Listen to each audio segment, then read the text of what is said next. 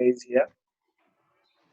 We've been producing 4 clips. These are them on the head of these documents. And, this is for the BPI project.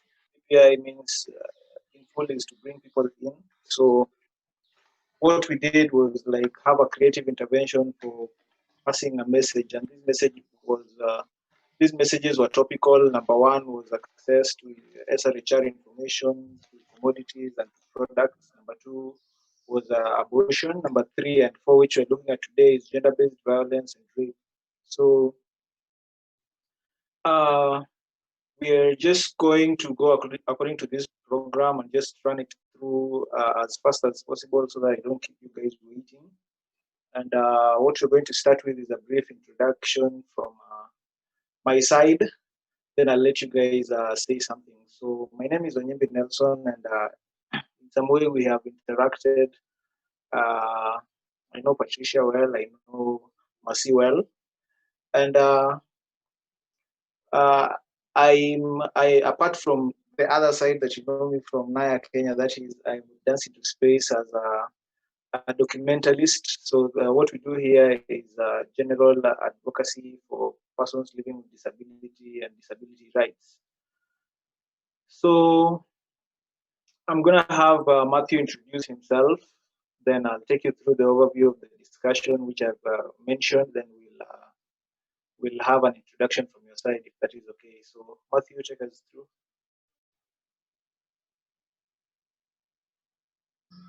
Asante sana Bwana Onyembi. Hamjamboni? Jambo. Niko na tabia ya kuweka video ili tuweze kuwasiliana vizuri, ili niweze kujua nani tunaongea naye. Na pia natumaini ninaongea na Wakenya wenzangu, kwa hivyo Kiswahili hakitakuwa ni shida. Yeah, kwa majina naitwa Ondieke. Mimi ndio kama mkurugenzi wa kikundi cha Dance into Space, lakini pia sana sana mimi ni msanii, dancer na choreographer, na pia director, artistic director. Kila ambacho tunafanya ni kwamba katika bringing the people in project, BPI is like an offshoot of the major project which we've been doing called Breaking Barriers. So basically we are integrating or including persons with disability into our agendas. And as a program of inclusion, we are working under something we call mixed ability, which means recognizing everybody's ability and mixing those with disability to work together with those without disability as a way of social inclusion. But some of the themes that we address are like SRHR, GBV, you know, things like rape, things like human rights basis, for example, the rights of persons with disability. And so we have had 2 films for today's afternoon. The other 2 films that were discussed were handled last week. These films are around the issues of persons with disability and their sexuality, and also the kind of oppression or the violation that they go through in society. And so ours is to invite people, friends and people with like minds, to participate in giving feedback, you know, to this kind of work, and give us your open opinion and tell us what you think. And also, because you are experts within the areas of SRHR, perhaps disability, perhaps community development, so you can also, you know, guide us a bit and share with us some of your thoughts. So asante sana Onyembi, I hope that has been a bit exhaustive enough. And so karibuni. Thank you, Matthew. So we are a little bit ahead of time, so we can take our sweet time to introduce ourselves before we look at the next thing from 3:30. So I'm gonna start with Mercy, then Patricia, then we can like go sequentially. So Mercy, you have 2 seconds of fame. Okay, good afternoon, everybody. Good afternoon, Mercy. So my name is TL Mercy Odondo. I serve with Gender Dialogues, and I am a human rights defender an actor, and a very passionate community servant. So in gender dialogues, we work around GBV, SRHR, human rights education, and economic empowerment. So we target adolescent girls, young women, and sexual minority persons. So we reach them through social media, organizing spaces like dialogues, and we use theater to communicate our issues, and mara mingi sana tunatumia partnership. So through that, we want to ensure that we create safe spaces for our target persons. I am glad to be here. Asanteni sana. Thank you, Hi Mercy. everyone. Sorry. Hi, Patricia. Hi, Scott. Yeah, so I'm sorry I'm unable to put on my video. My data is fluctuating, but my name is Patricia Nudi Orao. I am a lawyer by profession and an advocacy and policy specialist. Currently, I lead advocacy and policy work at KMET, among other things. Also a human rights defender, a sexual reproductive health advocate, and yeah, basically that's it.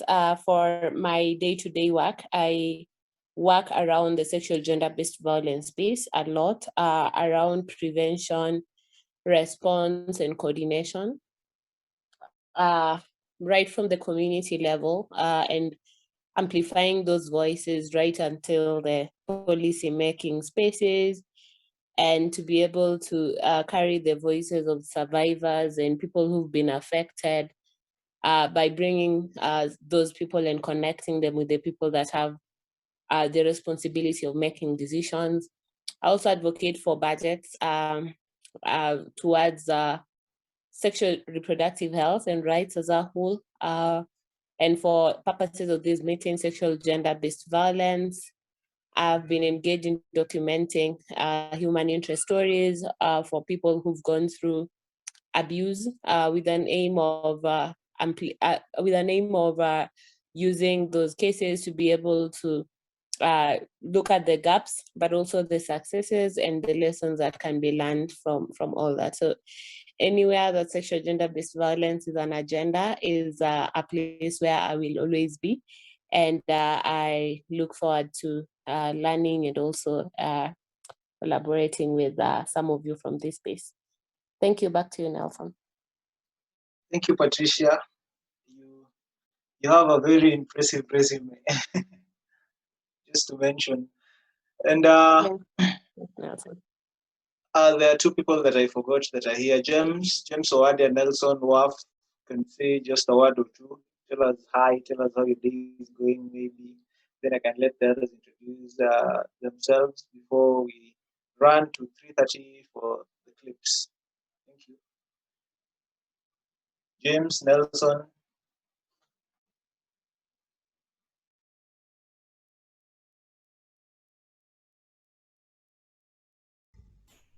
Hello.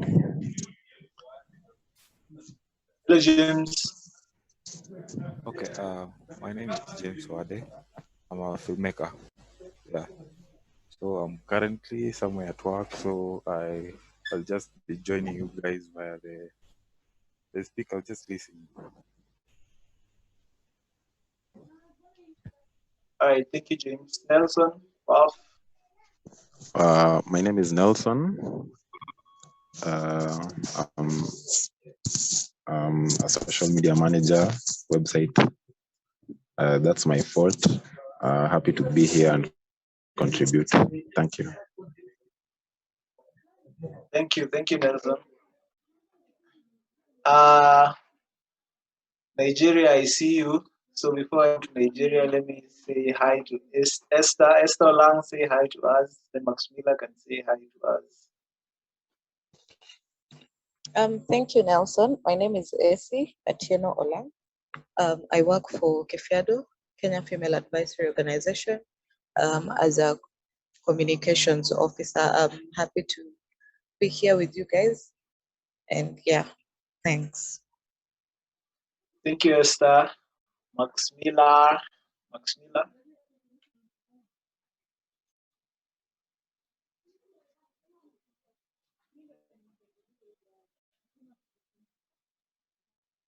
Hi, Max Miller. Hi, how are you? Hi. So my name is Maximilla Orwa. My stage name is Maxi Daniel. I'm a poet. I am an actress. I'm a writer. I use art to advocate for human rights, and I would really be happy if I could learn from different people. And thank you, Masi Odondo, for inviting me for this beautiful meeting. Thank you.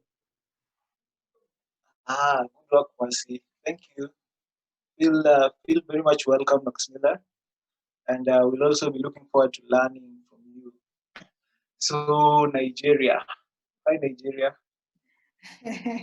Hi, how are you?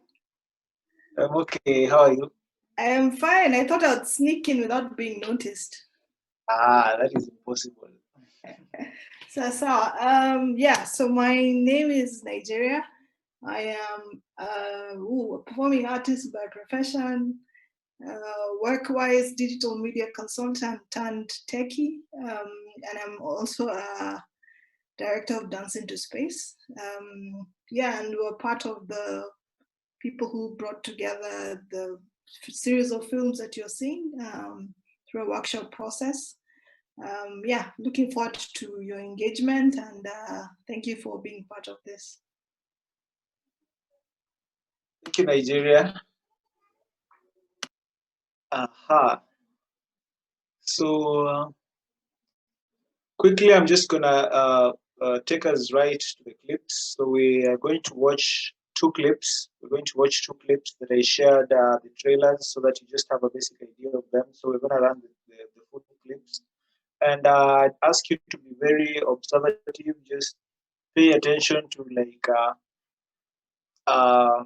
every little detail because it will build up on the discussion that we'll be having, and the discussion guidelines I shared with the same document here. And right, let me just do that. So Nigeria is communicating something on the charts. You can also look at that as we continue the program here.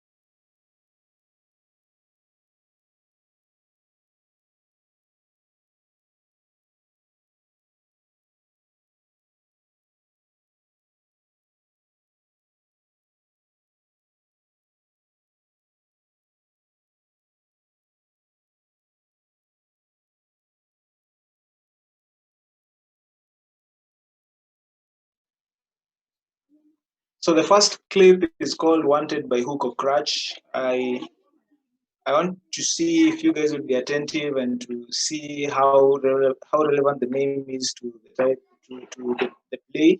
Just keep your eyes open. So here we go. This is the first one. Then I'll run the second one after we talk about this.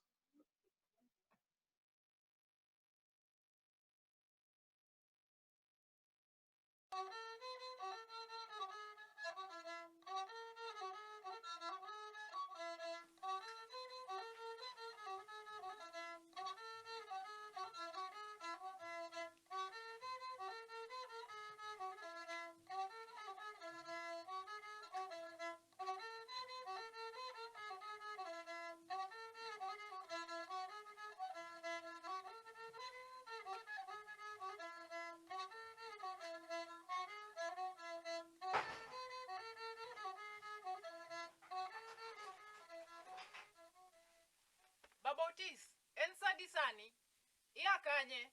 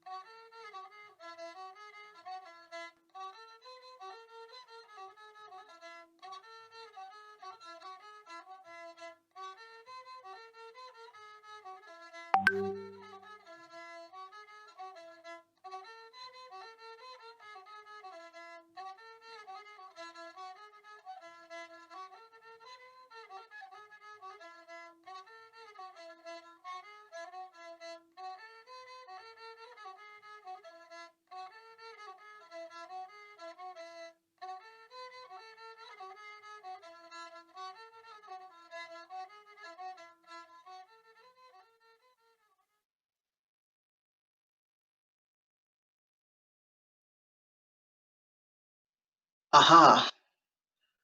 So for starters, I know this is not what you were expecting to see when it comes to GBV. So I know I got you guys off guard kidogo. So quickly, we're just going to tell us what you noticed about the clip. Just something. Judita, sorry for admitting you late. Same to Rita. I'm gonna share the link, and you'll catch up with us in a few. So that's the first clip I've run. Okay, so Marcy, Patricia, Maximila, Esther, you can tell us what you guys noticed. Anything, just anything, don't overthink it, anything at all.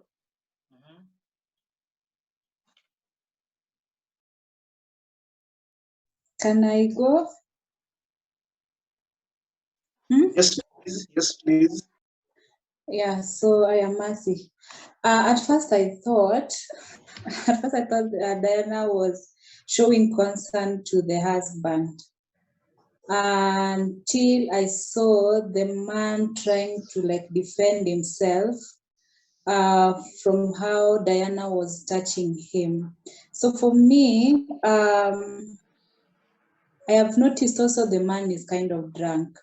So either he's using, he's either using drugs to like cover up what he's been going through, because what we've seen from Diana is just a few things maybe he's been going through, and he's communicated it through how he's pushed Diana to the bed and how he's drinking and coming back late. So I think there are a lot of things that maybe we did not know. Maybe there's a prior story that now we are seeing part of it here. But also, maybe if we are talking about disability, of course, I've seen the last statements there. Tuko na hawa watu wako na hearing impairment. They go through a lot of abuses as well. Maybe I think you also need to have either someone giving us a reaction or telling us their story from sorry to mention the silent world, so that we can also get to know how we can start moving forward to address this kind of issues. That's my take. Thank you. Thank you. Anybody else?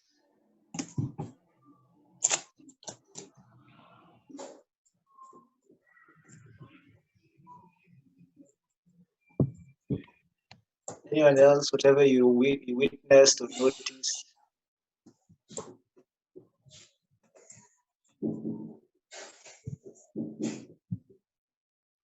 Hi, Nelson. Maybe if I can just chime in on what Mercy has mentioned. Clearly, the man has come home late and appears to be intoxicated, and the wife is worried. And from the intensity of her concern, personally, I'd assume that it's something he's been doing repetitively. And so there's then conflict and it becomes physical. Yeah.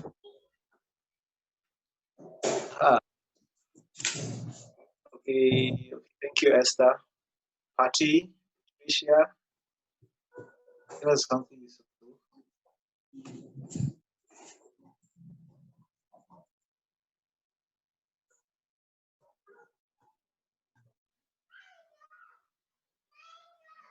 Patricia might Hi, be Nelson. away. I don't know whether you're referring to me, but from my screen, it kept on dragging. I don't know what's up. I think maybe it's my data. I didn't like clearly see what was going on because it was more of in a slow motion and then it kept on hanging. So I'm sorry. Aha. So are you guys suggesting I can repeat the film? Because I No, I'm just that. thinking maybe you can share the link. You can share the link with me. I could be able to, even the one that is coming up, so that I can be able to look at it from my computer. Okay, so there's two other people who haven't seen the film, but I'll just share the link in the chat box right away as we.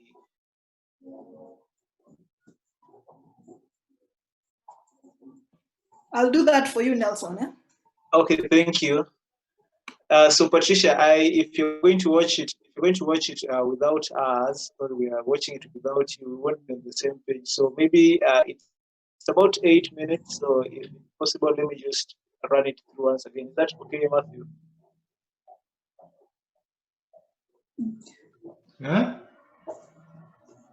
Is that okay if I can run it through again? Yes. Okay. Okay.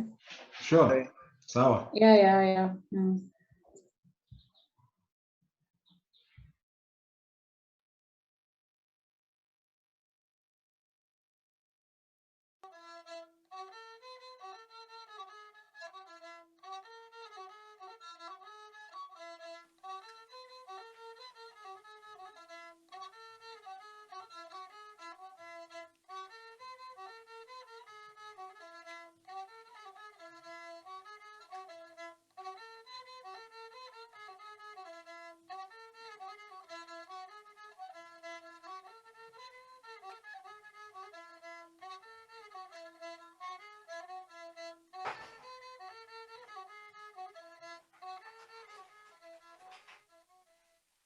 Babotis, ensa disani, iakanye.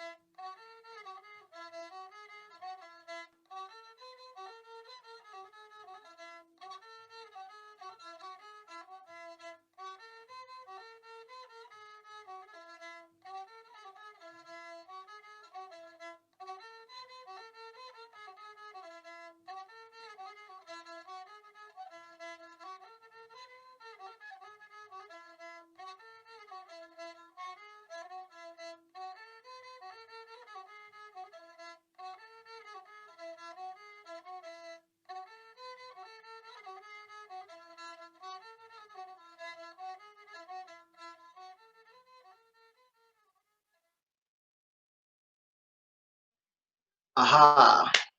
So I hope it was better. Was it?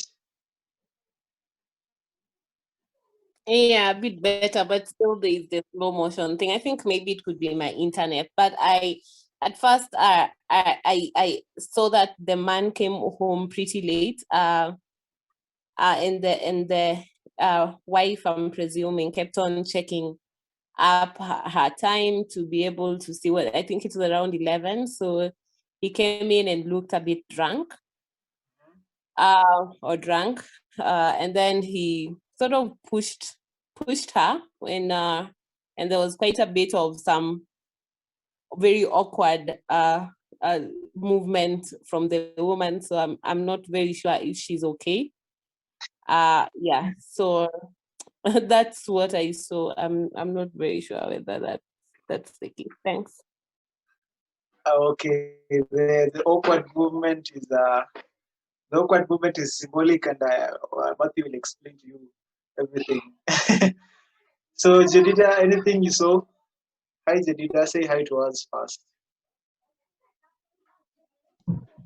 Hi Nelson. Sorry, I'm on transit, but I have watched the video, the film, and I think I saw the same thing as Patty has just said. Yeah, so yeah, that's the same thing, the exact same thing I saw. Okay, so let me just start with most of the stories that are let out about GBV, physical violence, usually meted upon females. So we tried to twist that script a little bit and just add an aspect of disability on the side of the man. So uh, it's very symbolic. The film wasn't supposed to be as open, just to sell out everything. But if you look at it from the way it starts and everything to the end, it is just a depiction of one or two, three things. So Matthew can talk a little bit about the script. Then we run the second film. Then we just run the whole discussion now from there. So Matthew. Onyimbi, actually, it's not about talking about the script or clarifying anything. At this point, what is best to do is to gather opinions of people about the performance. What they've seen is most important than what they should see. So it's not really like we should be able to define certain areas. I'm just interested in knowing whether this makes sense. And I think it does in a way, because the interpretation is very clear. What is interesting is how people can always interpret different things differently, but there is no specific, definition of certain expressions. So I think this is very interesting, and we should just leave it at that. What I'm interested in knowing is what are people seeing, and what do they think about this issue about violence meted upon, like, a man with a disability, and how many other ways are there that violence manifests itself in our families, and then what kind of choices do people have when they are faced with these kind of situations, maybe even if they have disability or not, and what is the relationship between people, where one has a disability and one is not, and then certain issues come out in a relationship, and then they're taken out, really, like, through violence. What kind of relationship are you looking at, even before or after? I think this is very interesting to discuss now. Yeah. Okay, thank you. Aha, so can I run the second clip so that we just have the overall discussion now at one point? Yeah. All right, so guys.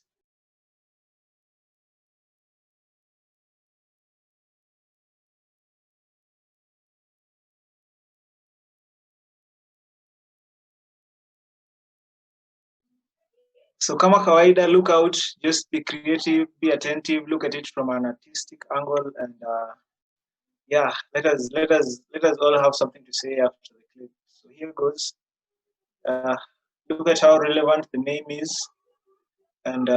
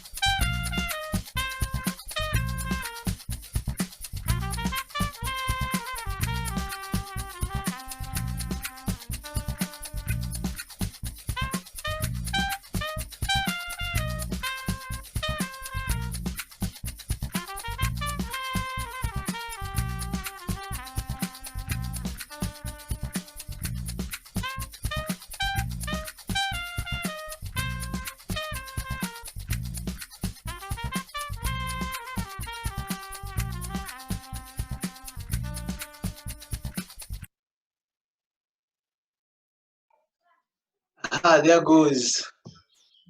Makofi. There goes. I hope it was seamless. I hope it wasn't pausing and stopping. No, it paused throughout. Very slow, but very static. But I think it worked. It worked for now. It worked because if you repeat it again, it will be the same way. Aha. Okay. So anything anybody saw? Anything anybody saw? Before we get to the discussion, let me just share the screen for the program. Anything you noticed? So, wow. So this is Mercy. Like, first of all, I have noticed that Rosa alikuwa anavaa nguo mob. So either any strategy yake, kwa sababu maybe either she has a history of either being kukuwa violated kitambo, so hii anaona ni kama akivaa ni kama way of protection. My views that is. Alafu pia huyu perpetrator nini ilikuwa inamleta kwa hii boma? So for me, venye huwa like World Health Organization na report ya kwamba perpetrator ni mtu amekujua. So the perpetrator ni kama anajuanga Rosa anaishi hapa. So he's already aware that because of Rosa's disability, she's already vulnerable. And what he wants to do is to take advantage of that vulnerability. And it is shown the way anachukua hizo vitu Rosa anatupa juu, kuintimidate Rosa, unapata. So pole Rosa anazidi kupata anger. Then without the perpetrator not aware, kumbe Rosa alikuwa amejihami. So mara mingi watu wenye wanaishi na disability wanawachwa peke yao defend for their security, of which hapo Rosa amecheza poa, ako ka knife. That's what I saw. Aha, thank you very much. You're very observative. Anybody else? Esther, Patricia, Jadida, Max Miller. I think this is not the first time the offense is happening. Or is Patricia here? This is not the first time this offense is happening. I think she has then devised ways of making sure that she protects herself. And that explains the doubling up in clothes. And I think this perpetrator is not very new to her. So the person that I can't say that the alleged perpetrator. In my head, I think he's the perpetrator, and it's not the first time he's doing this. So she just has devised ways to protect herself. Thanks. Okay. So, Rita, hi Rita, can you hear me now? I don't know if Rita can hear me. Hi Nelson, I can hear you. Okay, so I hope you're following in the discussion. Maybe you missed on the introduction part. You can tell us about yourself and what you do. Then we just get to the discussion right away. Okay. So I'm giving you half of a minute. Okay. Good afternoon, everybody. This is Rita Opondo from Yolado CBO, based in Sega. I am a women's human rights advocate dealing with GBV prevention and OVC programs. I'm very glad to be part of this discussion. Thank you. Okay, anything you've seen from the clip? Anything you've noticed? I've noticed that the perpetrator must be knowing the movement of these ladies' caregivers, because immediately Rosa's mother leaves for the shamba, it doesn't take long, and the perpetrator comes in, meaning he's someone who is very close to this place and has been very much observant and has known the trends of this family. Aha. Okay, thank you, Rita. Yeah. So, quick question this question cuts across.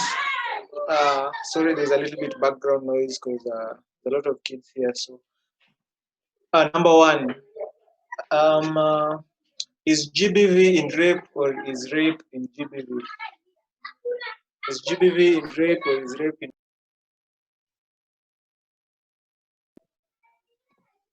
Is GBV in rape or is rape in GBV? Or are these two things a little bit interconnected in a way, or are they antonyms, or what do you think? If I may respond, I think that rape is in GBV.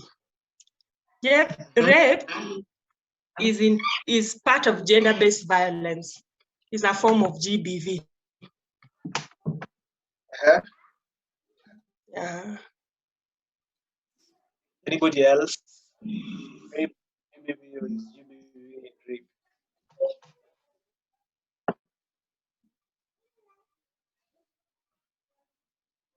Nelson, I see your hand is raised. So, when the perpetrator wants to rape someone, he will use violence. So there is GBV in rape. That's my take. Okay, so there's GBV in rape. Anybody else?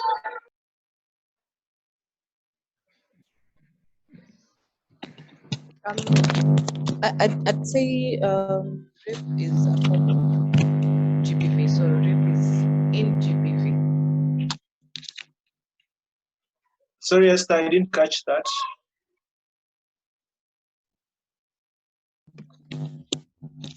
I'm saying I second what the first speaker said about rape being a form of gender-based violence.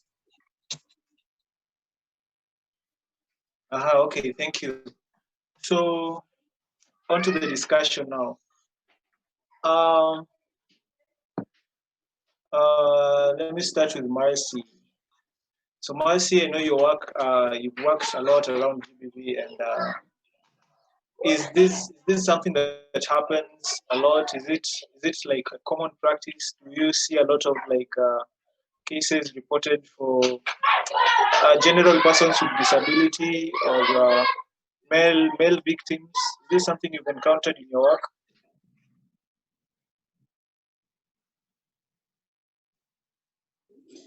Yeah, thank you, Nelson. Like I mentioned, our area or our target group is adolescent girls, young women, and sexual minority persons. Of course, most of the time when we hold dialogues, we try to incorporate men as part of the discussion so that we hear from the men themselves. So when the discussions go on, rather when they happen, men present issues of how there's also violations, rape, other things that happen just in the men world. And of course, because they don't get reported, so we don't know about them. But you know, women report, the systems have been there. We can report at whatever level from the community to know to party justice. So because of the nature of the people that I work with, I might not say per se that kuongelelea about men, but yes, these cases happen, just that they don't get reported, and if they get reported, ni kwa level ya chini kabisa. Okay, thank you, Rita. Is this something you've seen a lot? Have you worked around spaces where there are cases like this? Yes, Nelson. In the course of my work, I've noticed that gender-based violence, that is rape, defilement, occurs a lot in the community. I've also noticed that most of the cases affecting men are never reported. Very few cases are reported for the males. And I also came to notice that whenever somebody living with a disability experiences gender-based violence, there are very less chances of such cases being reported. Most of them go unreported. Why do you think they go unreported? I came to realize that some of these cases go unreported because, first of all, in most of the families where there are people or children living with disability, these families tend to shy off to accept their loved ones the way they are.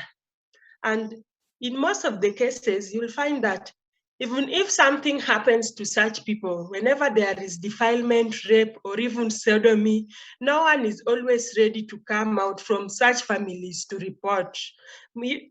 And most of the cases that I've handled affecting people living with disability, most of my cases have been reported by neighbors, not even the real family members. They're really shy. They are quite shy to come out and report because they also fear that whenever they report, somebody will go to their homes to follow up and will be able to see that family member of theirs who is disabled. While in some instances, they don't always want those people living with disability to be seen. Okay, thank you. So Patricia, I'm not skipping you, I'm intentionally doing this. Mercy, back to you now. You talked about using theater in one of your interventions or some of your interventions. Would you like to shed some little light on this? Yeah, I want to give an example of how we have used skit how we have used skit in addressing some of these cases. So in one of our occasions, events in Manyata where I work mostly, so we are holding a skit and talking about gender-based violence. So then we are playing our skit. Then when we are done, someone from the audience just comes and approaches me and tells me, you know, Mercy, so now I get interested, and then I ask her, tumeongea kukuhusu aje? And then anakuja na niambia ya kwamba mimi bwana yangu anafanya A, B, and C. So mara mingi sana when you go to the community, we ensure that you work with a counselor. So a counselor ni mtu mwenye anapatiana like an on-set counseling. Then when there's need for referral, we work with other partners who can provide that baadaye. So of course, yes, it is possible, and it has helped us address cases zenye kama atungewaita kwa ofisi ama kama atungewaendea atungejua kumbe watu wanapitia shida kama hizo. So we use skit, we use short skits, theater as in film, where we have also produced a film that also was talking about uptake of PrEP among the LGBTI community. So it has been something that we don't underestimate, because it, like they always say, art is a starter rather than igniter of conversation. So for us, we do not stop at just doing it once. We always do it continually, so that we empower the community, and also we get a way of documenting these cases. Unajua mara mingi ukiweka watu kwa class, alafu wafundishe, si students wote watalisten. Kuna wale wana learn through kuona, alafu kuna wale watakumbuka character Nyaseme alikuwa na act role gani, alafu tunawaambia unadhani Nyaseme angefanya nini tofauti, so you get that. So mara mingi that has helped us, and people open up and people come to seek help.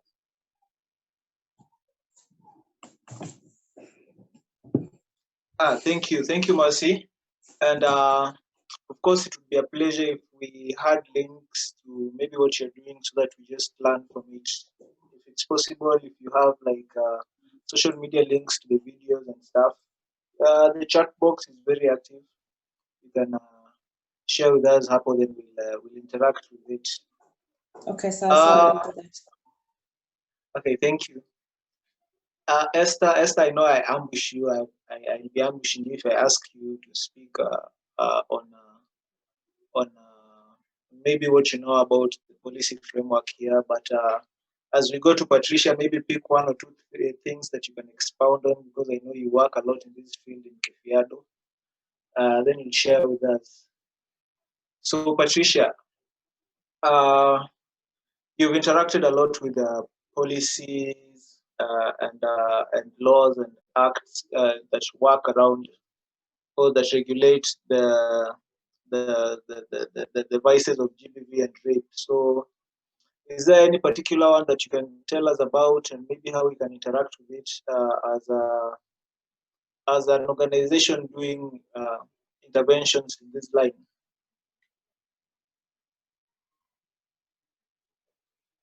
Okay, thank you, Nelson. I think the biggest act of parliament that we have in Kenya that deals with issues around sexual gender-based violence is the Sexual Offences Act. There are a couple of others, including the Penal Code, the Prevention Against Domestic Violence Act, among others. But the main set of law that we really look at when these issues of sexual offenses arise is the Sexual Offences Act. So Sexual Offences Act talks about an array of issues. I don't know whether you want me to go into all of them or maybe later, but it talks about, yes, can I do it right away? Yeah, you can just expound on it. We'll be learning from that. Okay, so the Sexual Offences Act talks about a couple of offenses, e.g. rape, defilement. Then there is other offenses that are incest, having sexual intercourse with someone who has a disability. I think that is one of the things that it has criminalized, especially mental disability. And I'll just call them the way the law calls them. They might not be very appropriate in terms of human rights language, but I'll just call them the way they are called. If you deliberately transmit HIV or STDs, that is also an offense within the Sexual Offences Act. If someone takes advantage of you based on cultural or religious reasons, sexual harassment has also been cited. But I think that is very relevant to these offenses that are intentionally committed towards persons with mental disability, which then equates to 10 years imprisonment. But also there are other offenses like forcefully just having sex with someone. And I know persons with disability in general, not just mental disabilities, really are vulnerable persons. And most of the time, the offenses that are meted against them are not really reported, as you mentioned earlier, and part of it is because they are not, at times they don't open up about some of those offenses. especially people who cannot be able to communicate with the people that are their caregivers. And so then we find that there's a lot of crime that happens within that sphere. But generally, they are just classified within the other offenses, which I mentioned earlier. And they are looked at as people who are in a point of vulnerability that need to be protected by law. I don't know whether I have answered your question, but again, I forgot to mention the Constitution being the mother law, looks at issues around discrimination. So Article 10 talks about our values and principles, which include human dignity, social justice, human rights, non-discrimination, and protection of the marginalized. And if you look at almost all those set of values and principles, there is an aspect that really also mentions, that also touches on people with disability. So it depends really with how you interpret the law, but I know that both the Sexual Offences Act, the Penal Code, the Children's Act, the Prevention Against Domestic Violence Act, among others, even the prohibition of female genital mutilation really looks at the issues of persons with disability with a wider lens, and also very critically because they are people that are viewed generally as vulnerable. Okay, Thanks, thank you. Nelson. So what I'm getting from what you have said is that each offense has like a penalty, right?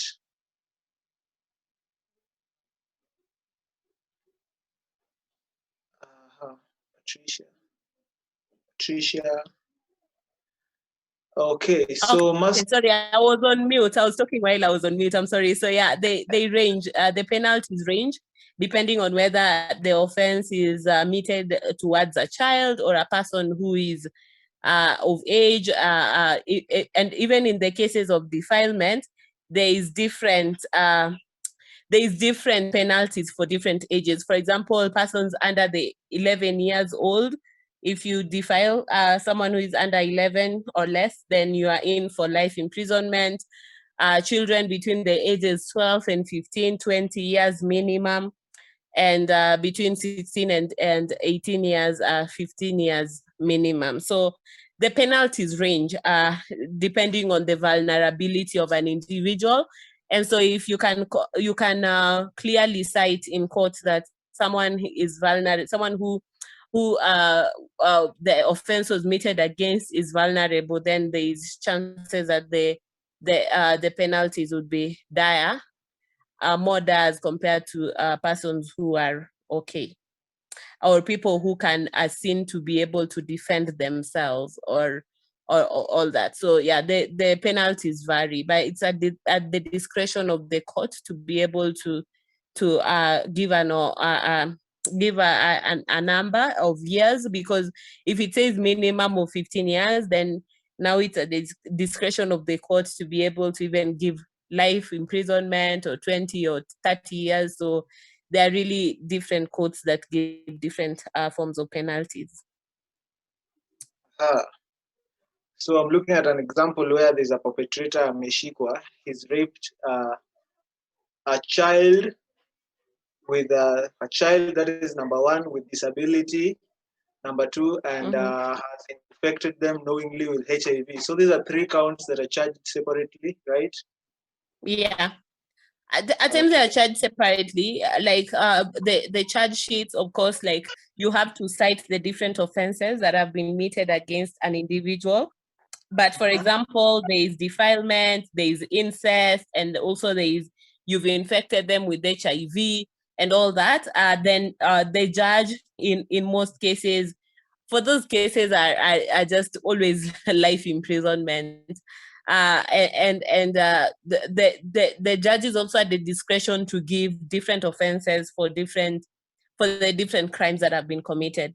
So you find that there are people who have been convicted to life imprisonment, and again another life imprisonment, and again another life imprisonment. What that does is that it makes makes it more difficult for you to get any form of pardon, because you can get pardon under one life imprisonment and then you still have another life imprisonment to serve. So it's an issue of semantics and also depending on one judge to the other.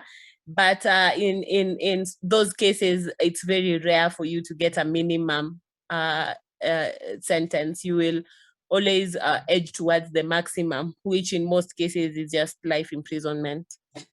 But we've also seen magistrates who are very lenient to offend people who've committed these offenses.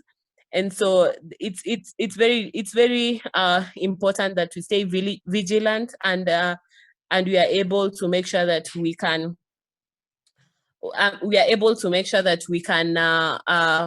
consistently be able to review some of these cases in cases where the punishment is not what is stipulated in the Sexual Offences Act, because we've seen magistrates who give a lesser charge or a lesser penalty, for these offenses, and that then is a case that needs to come up for review. But generally, persons with disability are viewed as persons who are vulnerable and that the law needs to protect. Okay, thank you. So speaking of the lenient judges, there's I think one that is trying to make it to the office of the Chief Justice, is it? The CJ. Yeah, and it's brought a little bit of problems there. I think I know about that. So Mercy, I think so Mercy another thing to note. Okay. Sorry, Nelson. Another Okay. thing to note is attempted defilement. Attempted rape is also an offense, and they also have penalties. So you don't only have to prove that the act was done. You can prove that there was an attempted rape or attempted defilement, and that would also attract a penalty. For attempted rape, it's a minimum of 5 years to life imprisonment. For attempted defilement, it's a minimum of 10 years to life imprisonment. Oh, wow, wonderful insight. Thanks. So Mercy, you want to add something? I see your hand is up. Okay, I just didn't want to add something, but I know Patricia is forgetting to say something very important that she was part of implementing. And I love that. I always love when she explains it more. That talks about prevention, response, and even coordination. That is the sexual and gender-based violence policy, of which she was part of kuingiza hapa Kisumu County. Maybe pia anaweza kutusaidia kuunderstand. Lakini Nelson, nimesikia ukisema ati mtu mkubwa ana rape mtoto, inakuanga defilement. Asante. Okay, thank you for the clarification. So Esther, before I lock you out, do you have anything to add?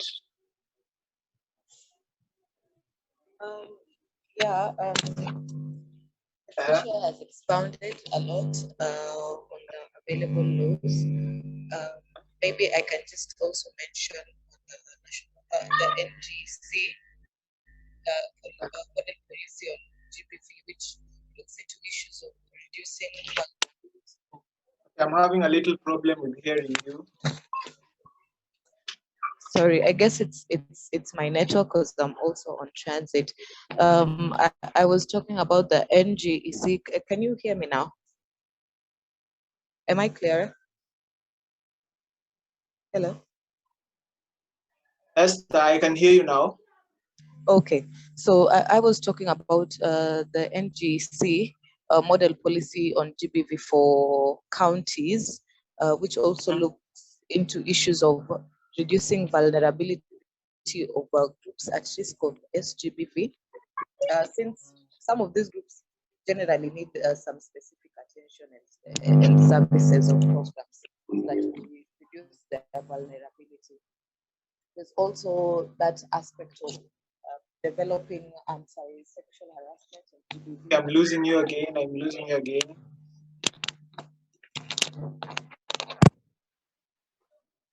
So that aspect of developing sexual harassment and GBV policy at a workplace, because some of these cases are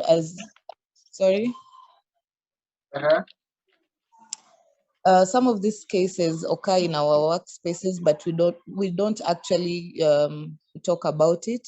And for especially those with disability, there's that negative notion that they are asexual, and therefore it also contributes to, you know, the fear of reporting cases, because someone doesn't believe that you might be sexually active. So hata ukienda kureport, there are chances that your case might not even be given consideration or taken seriously. Yeah, then, you know, there's also the aspect of increase to access to quality and comprehensive response and support services that model policy looks into, so that we are able to have at least available services for victims. There's also referrals and some service providers who lack skills are able to be trained on the issue at hand. Yeah, so maybe that is what didn't come out quite clearly. Okay, thank you. So Patricia or Rita or Mercy or Esther, is there like a defined protocol to follow in case of confinement, especially for PWDs and especially for the minorities? And do you think society is well educated on stuff like this?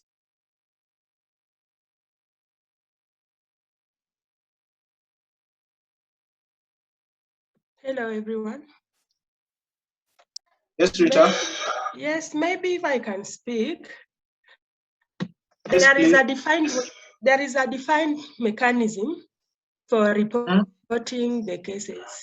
We have the referral pathway. Unfortunately, there is none that specializes on people living with disability, because for all the cases, we use the same referral pathway. So it's upon whoever, the officer who is pursuing such cases, to know whichever buttons to click or whichever partners to go and speak to while pursuing such cases. But there is a referral pathway. Okay. Yeah. Anybody with anything to add, maybe? For me, when it comes to especially reporting cases from persons with disability, I'm just thinking of, let's say, a scenario of domestic violence between HI, two people who have hearing impairment and they're couples. So sometimes when the perpetrator can be either one of them, either the man or the woman. But now, when they go to report, are our police officers equipped with the sign language interpretation skills? And even the reporting framework, is it integrated enough to include issues of disability? In our prisons, do we have standard model prisons where we can confidently say that the infrastructure is disability friendly? Because even if the perpetrator has done a criminal offense and is to be jailed, is that prison environment enabling so that the infrastructure is friendly, the toilets are friendly, or something of the sort? So in terms of management of cases, personally, I think a lot has to be done, and maybe just police officers trained, or even the issue of sign language interpretation is inawekwa kwa hiyo curriculum yao, so wakiwa kiganjo they're able to just learn holistically. Because I hear there was some time back the government issued notice for trainings for nurses, prison warders, and policemen, but not so many of them were obliged to that. Yeah, so for me, I see that as a gap. Okay, thank you very much. So 3 minutes behind time. And what I want to say is that as we go back to our workplaces, we need to look at how to like pass across this education. And I see topics like self-defense are becoming popular, and we try to put it out in the field. You saw the way the lady was sharpening the knife, then she had it hidden and stuff. So you can also look at this as a way of protecting the members of society. Then, Patricia, last question as we summarize in a very short while, just tell us the entry points into like these policies from the CSOs, from organizations. What entry points do we have into these policies? Like, if Esther has an idea, what method would she use to like have input of her idea into the policies and stuff like that? Oh, thanks, Nelson. I think as civil society organizations, we just must remain very vigilant. It's unfortunate that when policy development is up, the county then chooses at will who they want to work with and who that they would not work with. But I feel like if we are in the spaces of the policy making spaces, if we stay in those spaces for long, then we will, of course, be called upon to give technical input. I think for the Kisumu SGBV policy, which Mercy has mentioned that I spearheaded, it was more of county led and county owned, but there was the aspect where, because my organization was then financing, we insisted that other civil society organizations be brought to the table, and not just the usual suspects. We really wanted representation from the grassroots, and also representation from survivor groups, so that the policy would reflect the needs of Kisumu County as a whole, and not just some individuals who just sit in boardrooms and then develop policies on behalf of the county that the county cannot relate with. So I think we just need to always be in the spaces that matter, and to be able to be vigilant, so that when something is being developed, then we are constantly called upon to be able to also give our input, and also to be able to add value to the entire process. So the technical expertise that we have over a period of time, but also these policies come through to public participation. I know most people do not like to attend public participation, especially the young people. And I think that probably needs to change, because there's a lot of input that is then reflected in policies when they go to the public participation. So if you've not been involved, for example, in the development of a policy, you can still input, and you can still put through your ideas through public participation. They are pretty open and public, unless, of course, during these times of Corona that they have to invite people. But my experience has been that if you go early, you will never be told to go back. So I think for us, it's more of being proactive and making sure that you're in the spaces that matter.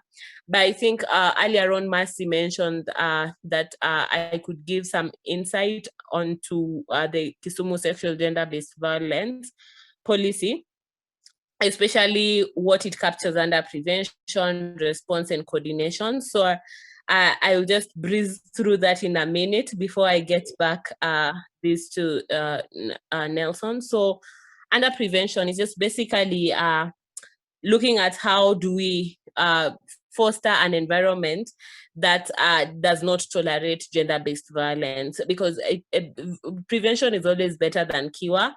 And I think if we invest in prevention, then it's very easy for us to save even on the response, because the response for gender-based violence is really expensive and tedious. And so if you can be able to foster an environment that does not tolerate